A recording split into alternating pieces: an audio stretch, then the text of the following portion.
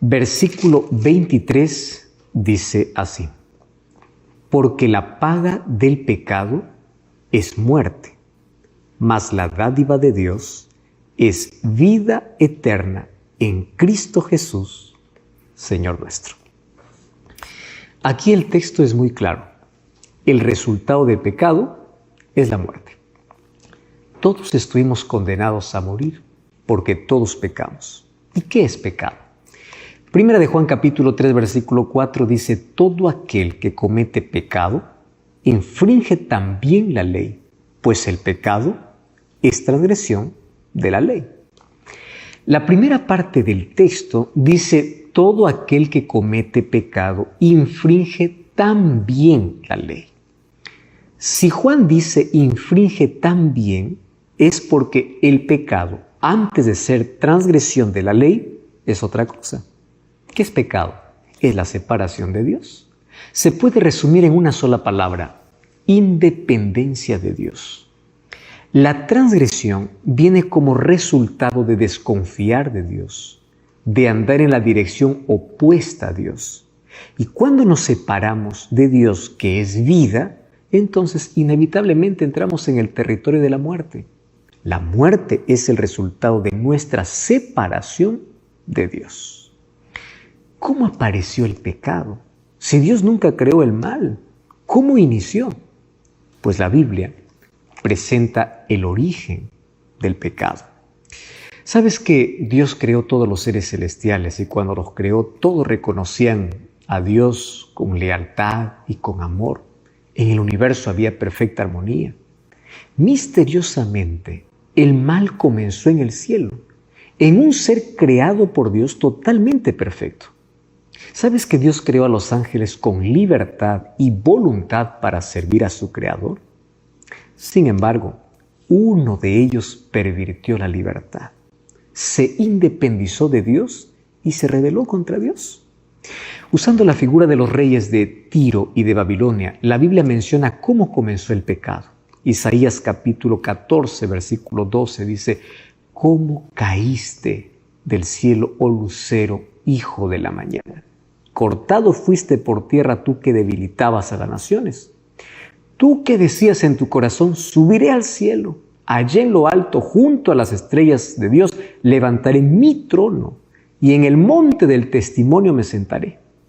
A los lados del norte, sobre las alturas de las nubes subiré y allí seré semejante al Altísimo. Cuando vamos al libro de Ezequiel, capítulo 28, versículo 12, 14, 15 y 17, dice así: Hijo del hombre, levanta endechas sobre el rey de Tiro, usando aquí la figura de Tiro, y dile: así ha dicho Jehová el Señor, tú eras perfección, tú eras el sello de la perfección, lleno de sabiduría, acabado en hermosura. Tú, querubín grande y protector, te puse en el santo monte de Dios, allí estuviste. En medio de las piedras preciosas te paseabas. Versículo 15 dice: perfecto eras en todos tus caminos, desde el día en que fuiste creado hasta que se halló en ti maldad. Cuando vamos al versículo 17, dice: pero se enalteció tu corazón a causa de tu hermosura, corrompiste tu sabiduría a causa de tu esplendor. Yo te arrojaré por tierra, delante de los reyes te pondré, para que miren en ti.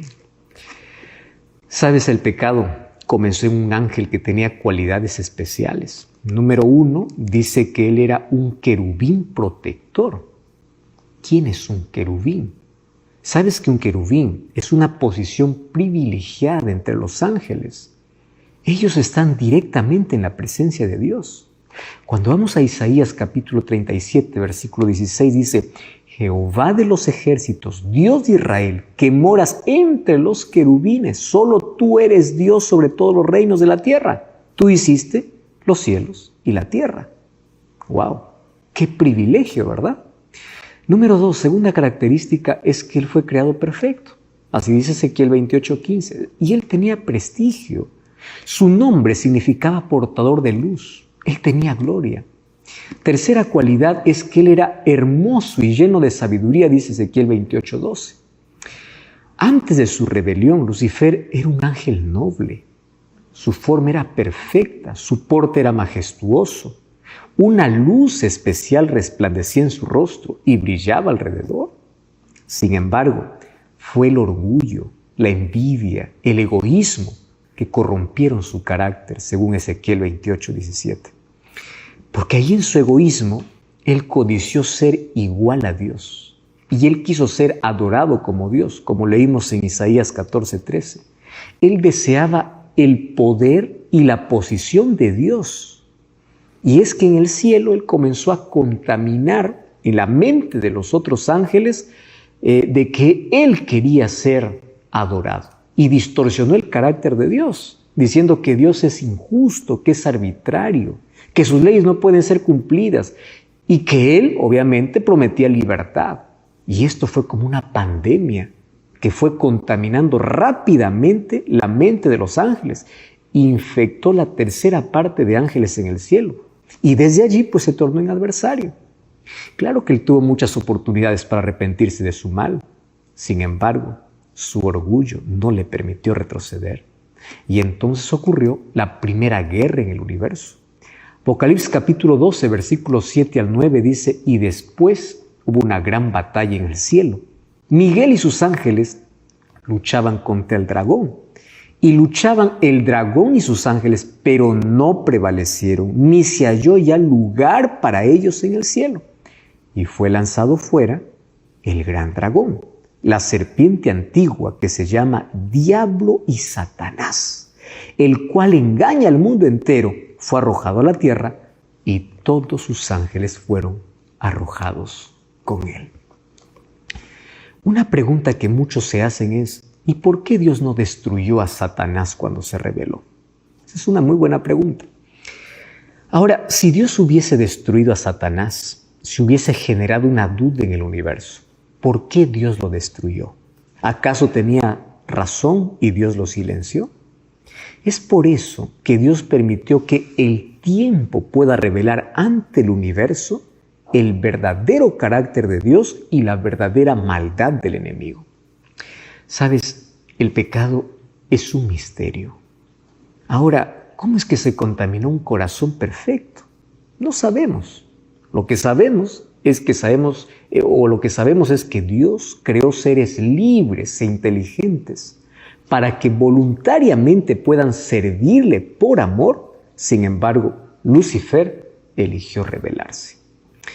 Dios creó a Adán y Eva en la tierra. Y no los creó como robots programados para obedecer. Igual los hizo seres libres e inteligentes. Ahora, ¿cómo puedes probar que eres libre? Claro, cuando la libertad es puesta a prueba. Y ellos tenían que pasar por una pequeña prueba. Génesis capítulo 2, versículos 16 y 17 dice así: y mandó Jehová al hombre diciendo: de todo árbol del huerto podrás comer, mas del árbol de la ciencia del bien y del mal no comerás, porque el día que de él comieres, ciertamente morirás. Y yo digo que esto es una pequeña prueba, porque hubiese sido muy difícil si Dios hubiese dicho así: solo del fruto de un árbol podrás comer y de todo lo demás está prohibido. Eso sí, hubiese sido difícil. Pero esta fue una pequeña prueba que demostraría la lealtad, la libertad y el amor para servir a Dios. Y esa pequeña prueba de obediencia era para que ellos puedan usar inteligentemente su libertad. Ellos fueron advertidos del maligno. Ellos sabían que había un solo lugar donde Satanás podría tentarlos. Justamente era en el árbol prohibido. Y cómo le gusta al ser humano acercarse donde es prohibido. Cómo toma los mayores riesgos y siempre termina en los lazos de la tragedia y de la muerte. Un día, Eva se separó de su marido y se acercó donde no debía. Y Génesis 3, 1 al 6 narra la triste historia de la caída del ser humano. Pero la serpiente era astuta, más que todos los animales del campo que Jehová había hecho, lo cual dijo a la mujer: con que Dios os ha dicho, no comáis de todo árbol del huerto. Y la mujer respondió a la serpiente: del fruto de los árboles del huerto podemos comer, pero del fruto del árbol que esté en medio del huerto, dijo Dios, no comeréis ni lo tocaréis para que no muráis. Entonces, allí dice el versículo 5, versículo 4, entonces la serpiente dijo a la mujer, no moriréis, sino que sabe Dios que el día que comáis de él serán abiertos vuestros ojos y seréis como Dios sabiendo el bien y el mal. Y vio la mujer que el árbol era bueno para comer, agradable a los ojos, un árbol codiciable para alcanzar sabiduría, y tomó de su fruto y comió, y dio también a su marido, el cual también comió igual que ella. Eva jamás imaginó que Satanás iba a venir disfrazado en el animal más hermoso de la creación. La serpiente hoy es uno de los animales más temibles, y eso es por causa de la maldición después del pecado. Pero allá en el jardín del Edén, era el animal más hermoso. No se arrastraba, ella volaba. Ahora aparece hablando con Eva. Y sabes que Eva es seducida por el diablo, porque esa es su especialidad, disfrazarse en lo más bonito para luego seducir. Satanás hoy continúa con la misma estrategia. Sabes que él nunca muestra la cara. Él siempre se esconde detrás de aquello que atrae, para luego seducir y llevar al ser humano a la muerte. Si quiere arruinar la vida de una señorita, él puede seducirla detrás de un joven hermoso para que pueda apartarlo de Dios y así poder arruinar la vida de esa persona. Y si quiere arruinar la vida de un joven, puede aparecer detrás de una joven muy linda para separarlo de Dios. Porque él seduce a través de una persona, a través de un lugar, a través de un vicio. Todo aquello que te separa de Dios es usado por Satanás. Por eso corta aquello que no te ayuda a crecer, aquello que te impide estar cerca de Dios. Satanás apareció disfrazado y lo primero que colocó en la mente de Eva fue la duda. Una pregunta para hacerle dudar, ¿con qué Dios os ha dicho? Sabes que la duda siempre ha sido y será una de las mayores armas del enemigo. Lo mismo quiso hacer con Jesús en el desierto de la tentación. Quiso colocar duda en Jesús. ¿Cómo lo hizo? Con una pregunta o una afirmación. Si eres el Hijo de Dios. Tú sabes que el Padre ya le había dicho, tú eres mi Hijo amado. Ahora viene Satanás con duda y le dice, si eres el Hijo de Dios. O sea, en el Edén Dios había dicho que el día que comieren del fruto van a morir. Viene Satanás y dice, no moriráis. Ahora para Jesús va en el desierto para intentar hacer dudar. El enemigo tiene una manera interesante de colocar su semilla en nuestra mente y es a través de los sentidos. Sabes que los sentidos son las puertas del corazón y tú decides abrir o cerrar. Todo aquello que entra por tus sentidos es aquello con que llenamos nuestra mente. Aquí el texto dice que Eva vio, usó el sentido de la vista. Ella escuchó a la serpiente. Ella tomó del fruto, sentido del tacto, y ella comió, sentido del gusto. ¿Te das cuenta? Ella colocó su apetito por encima de la palabra de Dios. Por eso es que el pecado fue un acto consciente. Ella eligió creer a Satanás antes que a Dios. Ella aceptó la propuesta que la serpiente le dio, seréis como dioses. Y allí ella se colocó de parte de Satanás para vivir independiente de Dios. Ella misma quiso ser su propio Dios. Y eso es lo que Satanás hoy consigue en la mente de miles de personas. Los seduce mediante los sentidos y le propone vivir lejos de Dios. Una vida de libertinaje, una vida sin reglas, una vida donde el apetito está por encima de Dios, donde los sentimientos están por encima de la palabra de Dios. ¿Tú crees que Satanás ha cambiado de estrategia? No. Continúa hoy disfrazándose de lo más bonito para separar al ser humano de Dios. Y cuando te separas de Dios, te separas de la vida y comienzas a morir. Cuando te separas de Dios, tu vida se coloca bajo el dominio de Satanás. Entonces, todos tus deseos, todos tus impulsos están en armonía ¿con quién? En armonía con Satanás. Mira, Dios no creó robots. Él creó seres libres e inteligentes. Por eso en el nombre de Dios te digo, el mejor uso de tu inteligencia es usar tu libertad para escuchar la voz de Dios, para elegir vivir con Dios. Hoy, tú y yo tenemos la misma libertad para elegir qué cosa es mejor. Infelizmente, muchos hoy eligen un camino diferente. Muchos eligen, igual que Lucifer en el cielo o Adán y Eva en el Edén, rebelarse contra Dios. Y es así. No hay alguien que haga el bien y nunca peque.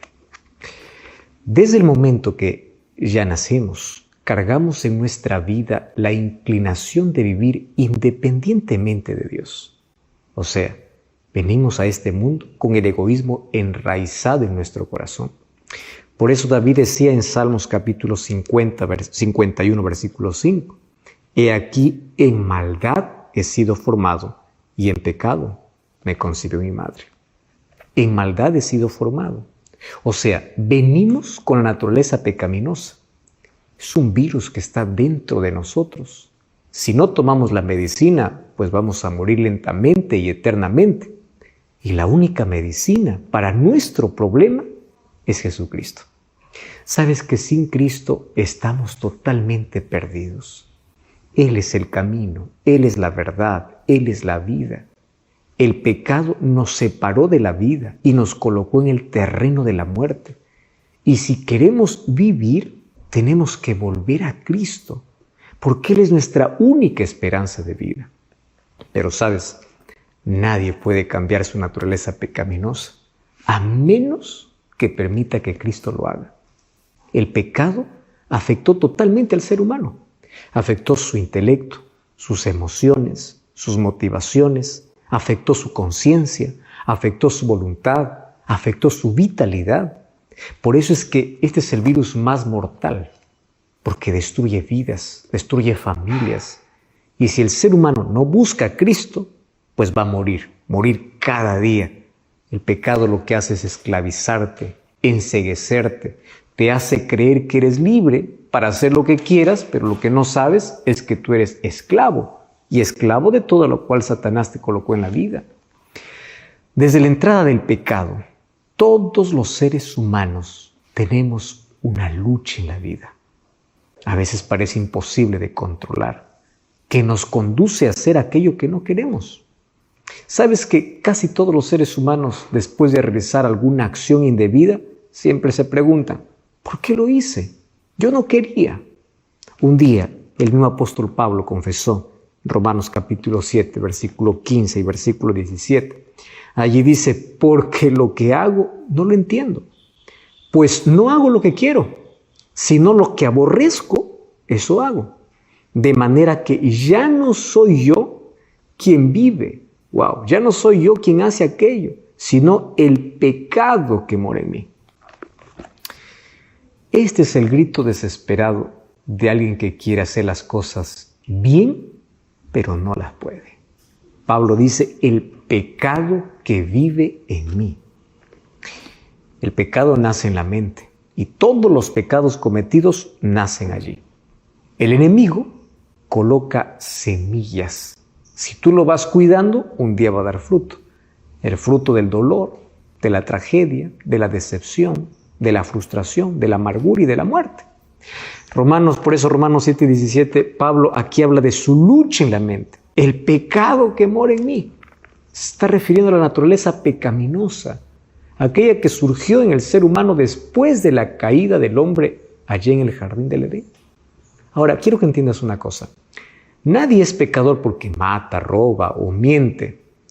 Él hace todo eso porque es pecador. Si no lo fuese, pues jamás cometería esos actos de pecado. Entonces allí nuestro problema es que luchamos para cortar a veces los frutos, que es la consecuencia de vivir lejos de Dios. Cuando la solución es que Cristo comience a transformar nuestra condición. ¿Sabes qué? Hoy muchas personas viven preocupadas por evitar los actos pecaminosos. Queremos cortar los frutos, pero la raíz continúa. Y de ese concepto, pues nacen dos ideas. Primera idea, las personas que creen que como no roban, no adulteran, no mienten, no cometen pecado. Entonces justifican diciendo, yo soy bueno, yo no necesito de ir a la iglesia, soy mejor que los cristianos, no necesito de Dios porque soy una persona buena. ¿Cuál es el problema? Ellos piensan que pecado está relacionado solamente con ser deshonesto, con adulterar, con mentir, con robar. No, querido. La Biblia dice que pecado también es no hacer las cosas buenas que sabes. Santiago capítulo 4, versículo 17 dice, aquel que sabe hacer lo bueno y no lo hace, comete pecado.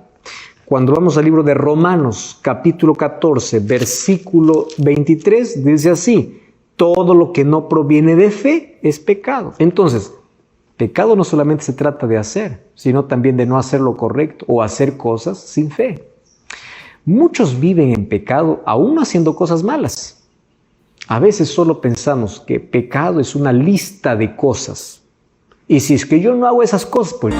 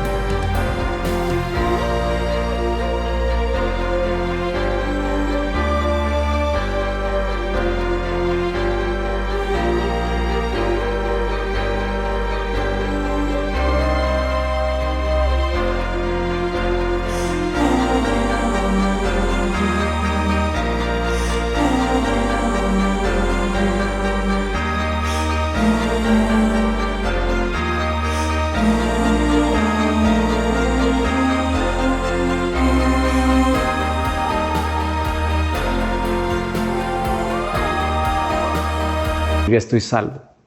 Cuando olvidamos que pecado se resume en una palabra, independencia de Dios. Lejos de Dios no importa las obras buenas que hagas, estás perdido.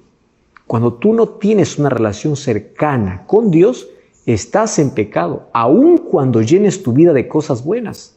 Porque en algún momento van a aparecer los frutos, porque la raíz, ¿dónde está? En el corazón.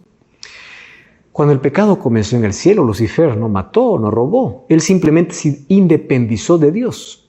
Y él coloca la idea en la mente de las personas que es suficiente no hacer cosas malas para salvarse. Pero aún que ellos puedan vivir lejos de Dios, sin un relacionamiento con Cristo. Y ahí está su éxito. Existe un segundo grupo de personas. Un segundo grupo de personas que piensan así.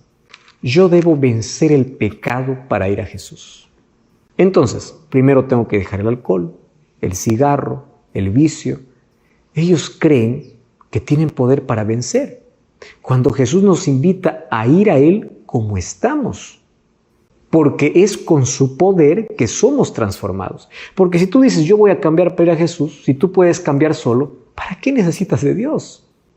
Mira, nadie abandona el mal camino para ir a Dios. Cuando vamos a Dios, abandonamos el mal camino. Ahí ocurre un milagro, porque nuestros ojos espirituales se abren para ver nuestra condición. Y ahí ocurre el arrepentimiento. Y el Espíritu Santo nos hace abandonar el mal camino. Eso se llama conversión. Hay muchas personas que están convencidas de pecado, pero no convertidas, porque no permiten que el Espíritu Santo trabaje en su vida. Ahora, esa transformación es lo que el Espíritu Santo hace en nuestra mente, porque cambia nuestra mente, nuestras palabras, nuestras actitudes, cambia nuestra visión de la vida, cambia nuestros hábitos, cambia nuestra alimentación, cambia todo. Ese cambio real no ocurre por el ser humano, son los cambios que el Espíritu Santo hace, porque los cambios humanos pueden ser superficiales, solamente de apariencia externa, cuando el problema está donde adentro, en el corazón. Según Romanos capítulo 6, versículo 23, dice que el ser humano estaba condenado a morir por causa del pecado. Sin embargo, Dios tenía un plan. Al crear a Adán y Eva como seres libres, claro que había la probabilidad de que elijan la muerte en lugar de la vida. Por eso es que antes de crearlos, Dios elaboró un plan de rescate. Antes que Dios diga, haya luz, en la eternidad se dijo, haya cruz. El rescate sería la sangre de Jesús. Él tomaría nuestro lugar. El mayor rescate alguna vez pagado en el universo fue el rescate de Dios por el ser humano. El apóstol Pedro en 1 Pedro 1, 18 y 20 dice que fuimos rescatados no con oro o plata, sino con la sangre preciosa de Cristo que estaba destinado desde antes de la fundación del mundo. Piensa en lo siguiente. Jesús dejó la gloria del cielo, descendió al valle del pecado para poder salvarnos. El apóstol Pablo en Gálatas 4:4 dice que ese Dios se hizo hombre. Él no dejó de ser Dios, pero se tornó hombre, sujeto al sufrimiento y a dificultades que todos pasamos. Él fue tentado en todo, pero sin pecado. Y como hombre, Él vivió en armonía, en la voluntad de su Padre. Él vivió en obediencia completa. Y el enemigo nunca pudo derrotar a Cristo. Jesucristo entonces vino a este mundo para salvarnos. Él es la única solución para el pecado, porque Él tomó nuestro lugar. Él llevó la corona de espinas para darnos una corona de vida. Él tomó nuestro lugar para darnos un lugar en el cielo. Nosotros merecíamos la muerte eterna, mas Él murió y derrotó a la muerte. Y cuando resucitó, nos garantizó que la muerte está vencida, que nos libró de la condenación del pecado, que ahora nosotros tenemos esperanza de vida. Él experimentó la muerte para que nosotros podamos tener vida. Esa es la mayor muestra de amor. Alguien que toma tu lugar. Y Jesús tomó nuestro lugar. Y fue a morir por nuestros pecados.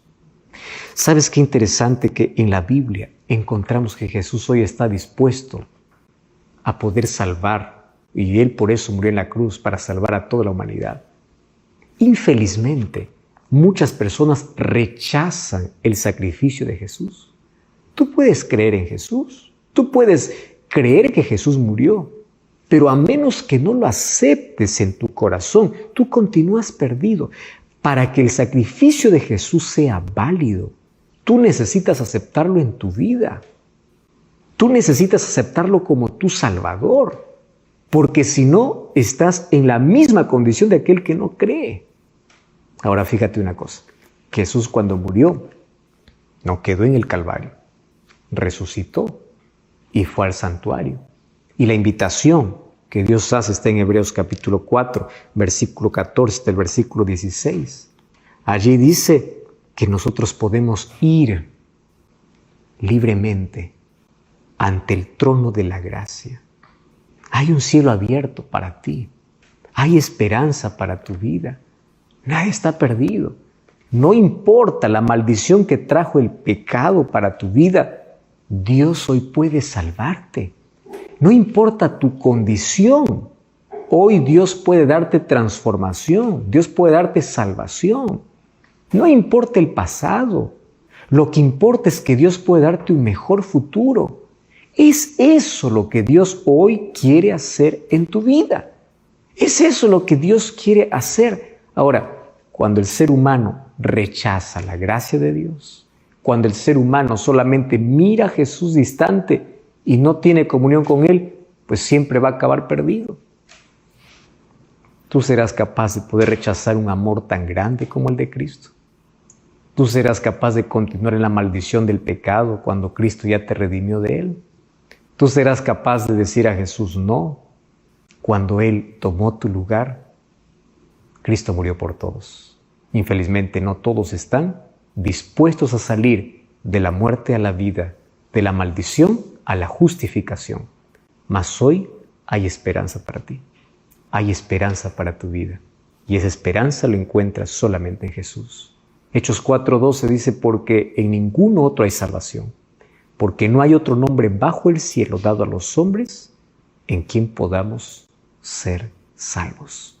Ahora, ¿cómo es que Pablo miraba aquella cruz, aquella redención? Pablo primero nos dice en Romanos capítulo 6 de que por causa del pecado tenemos maldición y la maldición de la muerte. ¿Cómo Pablo miraba el sacrificio de Jesús? Cada vez que contemplaba el sacrificio de Cristo en la cruz, ¿de qué manera él expresaba su amor y su relacionamiento con Cristo? Eso es lo que vamos a ver ahora.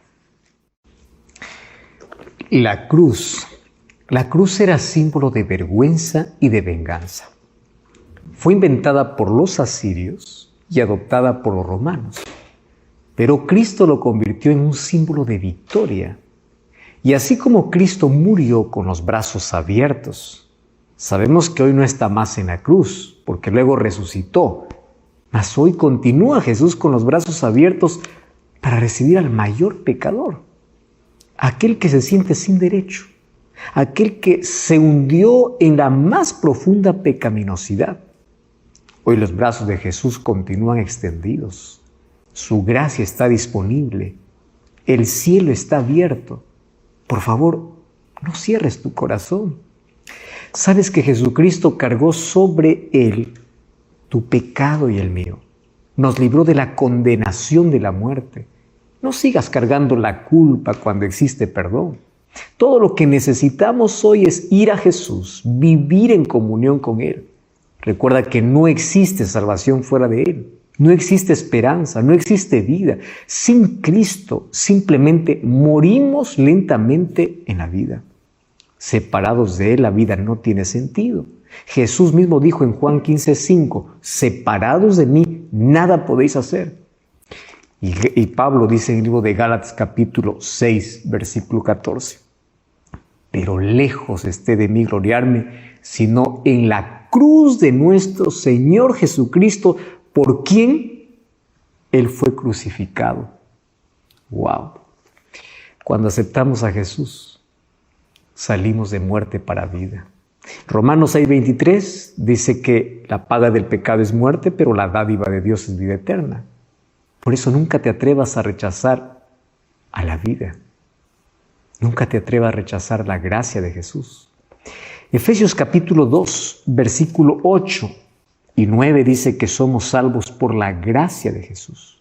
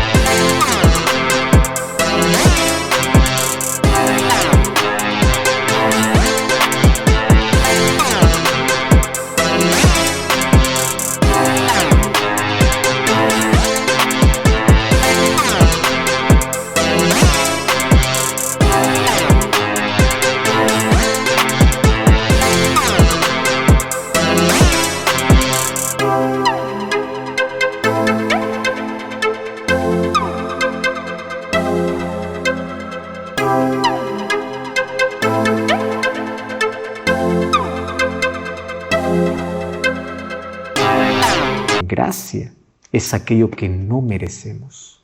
Gracia es la causa de la salvación y la fe es la respuesta humana ante la iniciativa divina, porque la fe restaura nuestra relación con Dios. Entonces, como resultado, nuestra vida comienza a producir frutos de obediencia, porque nuestra vida se coloca en armonía con la voluntad de Dios. La causa de la salvación es la gracia de Dios. La evidencia de la salvación es la dependencia y la obediencia a Dios.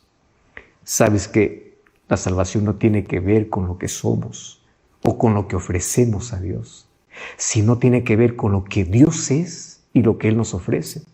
Si nosotros fuimos lejos en nuestra rebelión, Dios fue más lejos en la solución.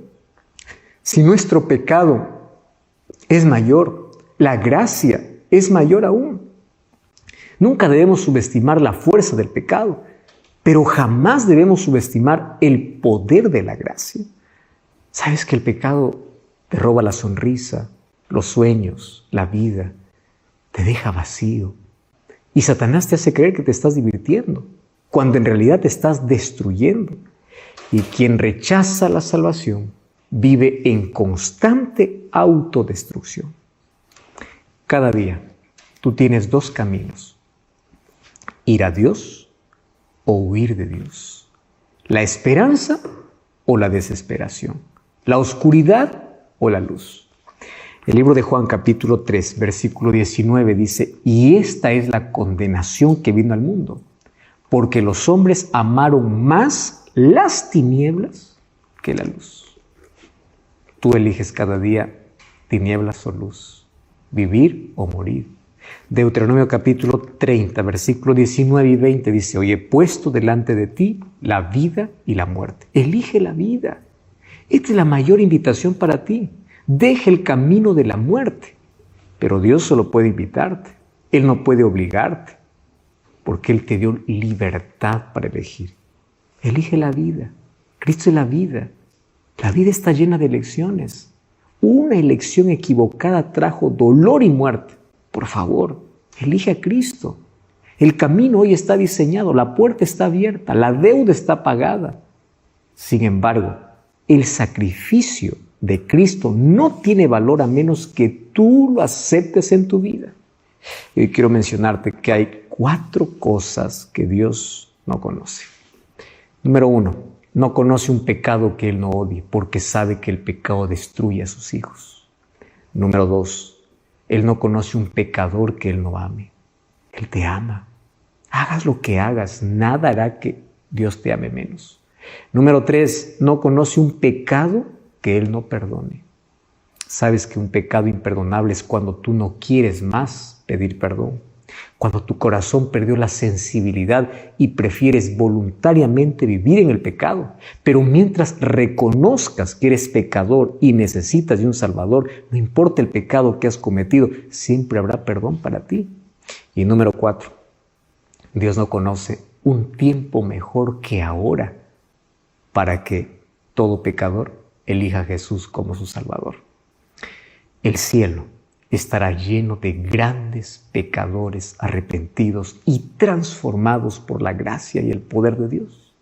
Y el lago de fuego estará lleno de pequeños pecadores que no cometieron graves pecados, pero que siempre rechazaron la gracia de Jesús y confiaron más en sus obras. Hoy, los brazos de Jesús se abren para recibirte, pero de nada sirve sus brazos abiertos cuando tu corazón está cerrado. La Biblia dice que un día el pecado será eliminado para siempre.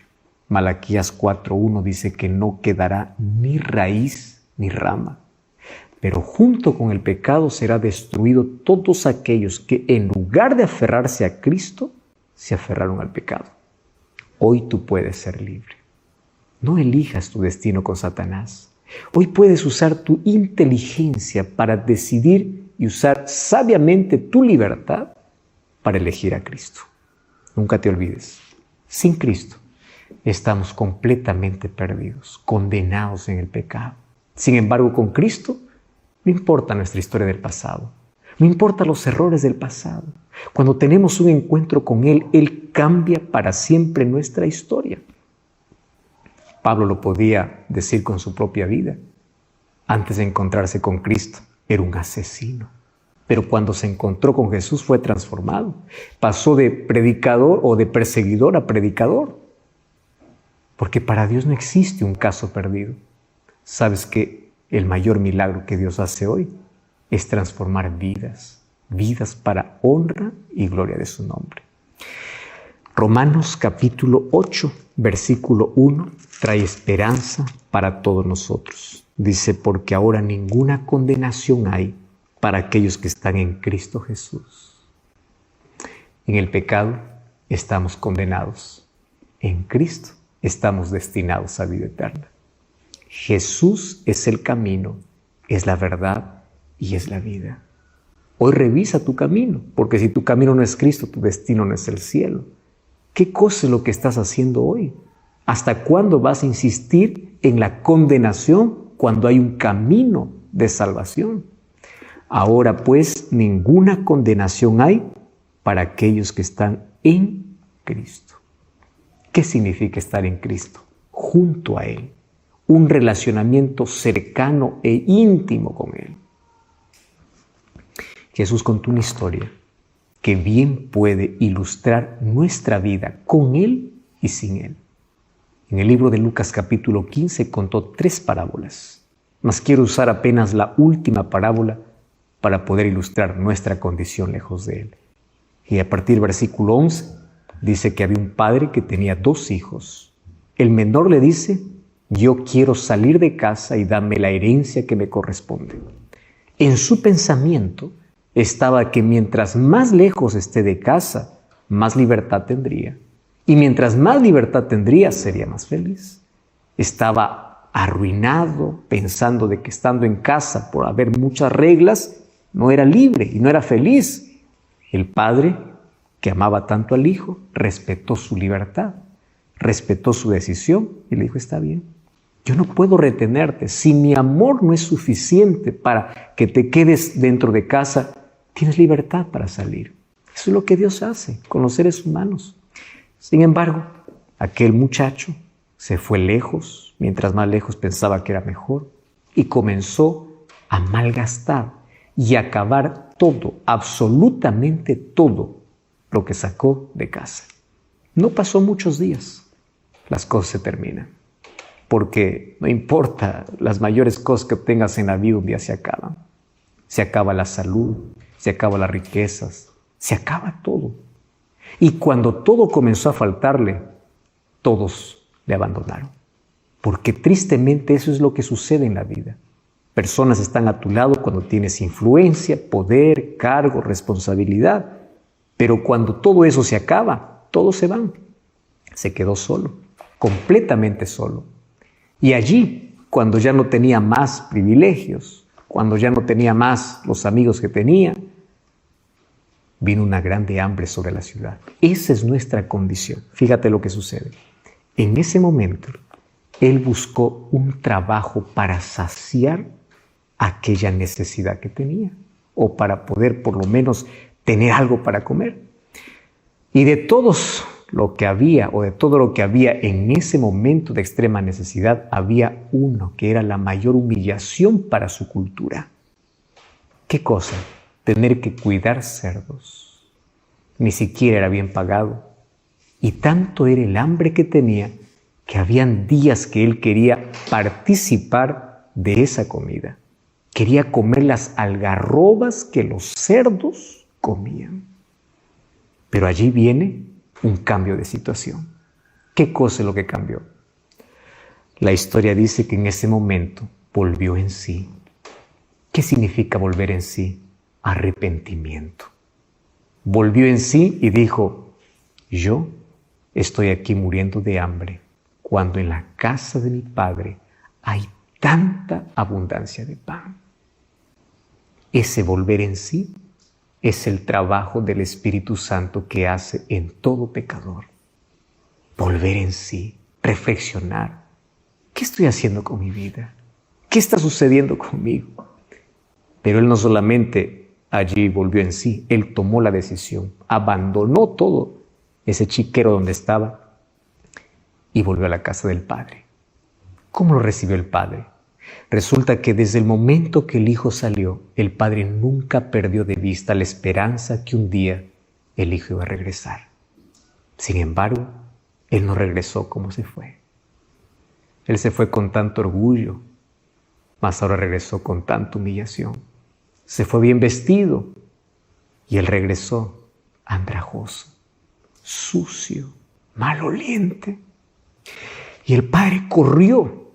Ni siquiera esperó que llegue hasta la casa. Ni siquiera le permitió que pueda arrodillarse y suplicar. Lo abrazó y le dice: aquí estuve siempre para recibirte. Y claro que hay confesión del Hijo. Le dice: Padre, pecado, yo ya no merezco nada, perdí todo el derecho. Y el Padre le dice: claro que no has perdido. aún así como estás, yo te recibo y voy a hacer fiesta. Y Jesús toma esta ilustración para decir que así hay gozo, así hay alegría en el cielo, cuando alguien reconoce su condición, cuando alguien sabe que está en el chiquero de la vida, cuando alguien intenta llenar el vacío existencial, el vacío de su vida, con la basura que este mundo ofrece. Y allí los brazos del Padre, al abrirse, al abrazar a este pródigo, lo que le está diciendo es: no importa cuán lejos fuiste, cuánto gastaste de tu vida, yo siempre estoy aquí para recibirte.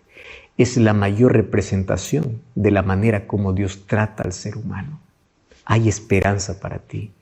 El pecado pudo haberte degradado. El pecado pudo haber distorsionado tu visión. El pecado pudo haberte degenerado. Pero en Cristo puedes ser transformado. Hay esperanza para todo miserable y pecador mientras éste reconozca su condición. ¿Por qué no tomar la misma decisión? Voy a dejar este chiquero para ir a la abundancia de pan. Voy a dejar todo esto que la vida o por mis elecciones llegué a este lugar terrible, sin sentido, porque hoy quiero volver a los brazos de Jesús. Una cruz se levantó y esa cruz tiene la forma de brazos abiertos para decirte que Dios siempre está dispuesto a recibirte. Por eso el apóstol Pablo habla sobre la seriedad del pecado, pero también habla sobre la verdadera solución. La seriedad del pecado es que todos somos pecadores y por el pecado todos estamos condenados a muerte. Pero la esperanza es que la dádiva de Dios, el regalo de Dios, es vida eterna. Por eso que Pablo decía: me glorío en la cruz de Cristo. No necesitas llevar un crucifijo, necesitas tener